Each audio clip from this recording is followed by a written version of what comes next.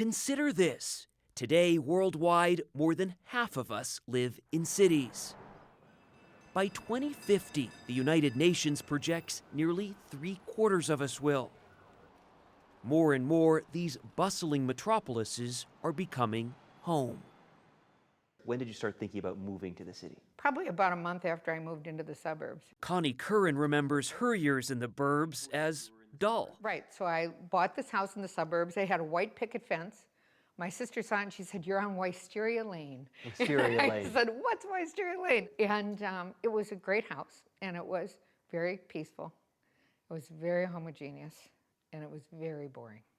So last year, at age 61, this nurse turned healthcare entrepreneur who found a new lease on life after beating stage 4 cancer settled in this spectacular home in San Francisco.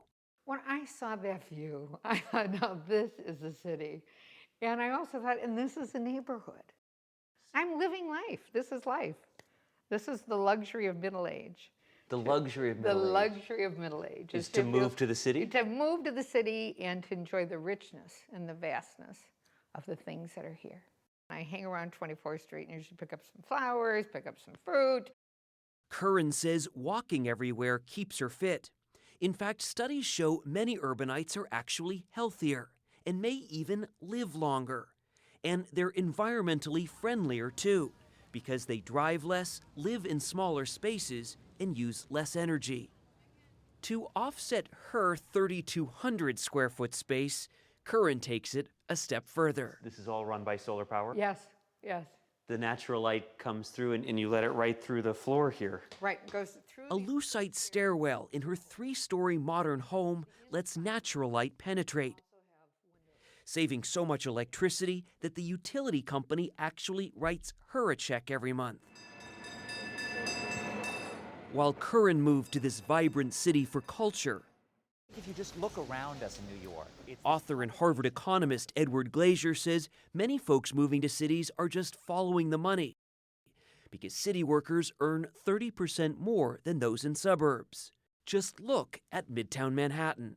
the economic output, the payroll of this area is higher than Oregon or Nevada, right? This tiny sliver of land is an unbelievably productive part of America. And that productivity is ultimately at the heart of cities' appeal. It's ultimately what's drawing so many people to cities. Today, around 250 million Americans choose to live in or around urban areas. That means more than 3/4 of our population shares just about 3% of our land area. Since 1990, the number of people living in cities has gone up by 7%. It's back towards the old ports. It's back towards the dense cities that were our historic starting point. Now, to some, say the word city, and you're talking the concrete jungle of Manhattan. Or maybe you'd think of the city by the bay, San Francisco. But you probably would not think about this place, Olive Branch, Mississippi. It's the fastest growing city in the United States. In the late 1800s, we were known as Cowpen. Cowpen? Cowpen. Sam Reichert is the mayor here. Do you think changing the name of the town from Cowpen to Olive Branch might have helped with the growth? Well, I think it's probably helped tremendously, yeah. Olive Branch, just outside Memphis, has certainly blossomed. From 3,500 people in 1990 to a small city of nearly 34,000 today. Citing this 838% population boom, Bloomberg Businessweek recently gave it that ranking, America's fastest growing city. It's almost like that field of dreams. You build it and they'll come, you know, and that's almost reality here. It's reality all across the South. Over the last 10 years, most of the fastest growing major cities were southern cities. And that's not a coincidence, according to Edward Glaeser. The variable that best predicts metropolitan growth over the 20th century is January temperature. January temperature? January temperature. How? That actually, warmth is just a very good predictor of which American cities have grown more quickly or less quickly.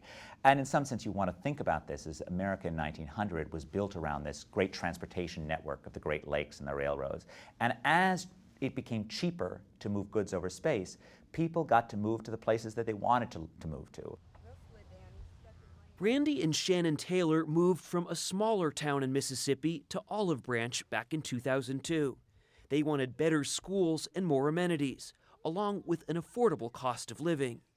Just the range of things that have popped up in Olive Branch, restaurants and theater and things like that. Has it changed a lot in the last few years? Absolutely. There used to be just a 2-lane road that ran through Olive Branch, and now it's one of the busiest streets in the county. And that's what gets to lifelong resident Janice Turner. Occasionally I'll ask myself, where are these people coming from? And occasionally, didn't they learn to drive? She says she can measure all this growth by the addition of traffic lights and chain stores. It looks like an ocean of houses when I get to a high point in Olive Branch and look over the rooftops.